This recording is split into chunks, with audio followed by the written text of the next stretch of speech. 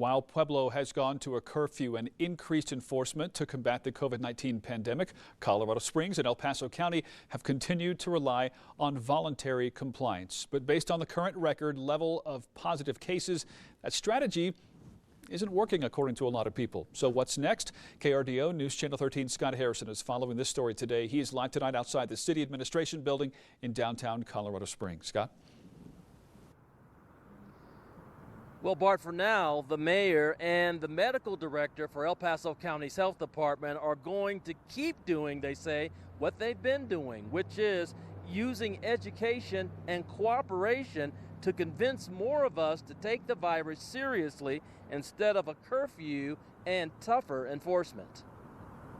Colorado Springs Mayor John Souther says that from the beginning of the pandemic, he has resisted using stronger enforcement on people who aren't obeying health orders. And that hasn't changed, even with COVID-19 cases at record highs. Unrealistic to expect the Colorado Springs Police Department to run around enforcing, mask wearing ordinances or crowd capacity limits and things like that.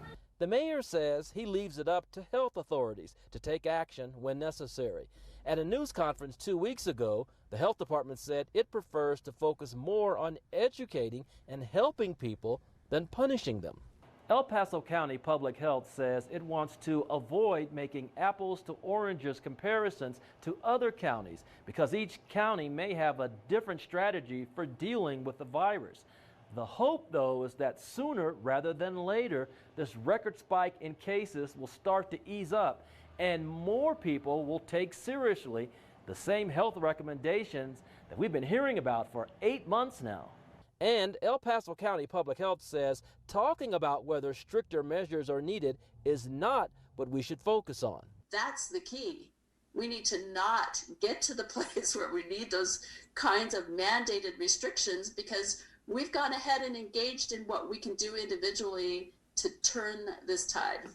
But it's unclear how much longer it'll take to get the cooperation we need. But waiting on that voluntary compliance could end if we run out of available hospital beds and if holiday gatherings further fuel that spike in COVID-19 cases. We'll keep you updated on this situation. We are live in Colorado Springs. Scott Harrison, KRDO News Channel 13.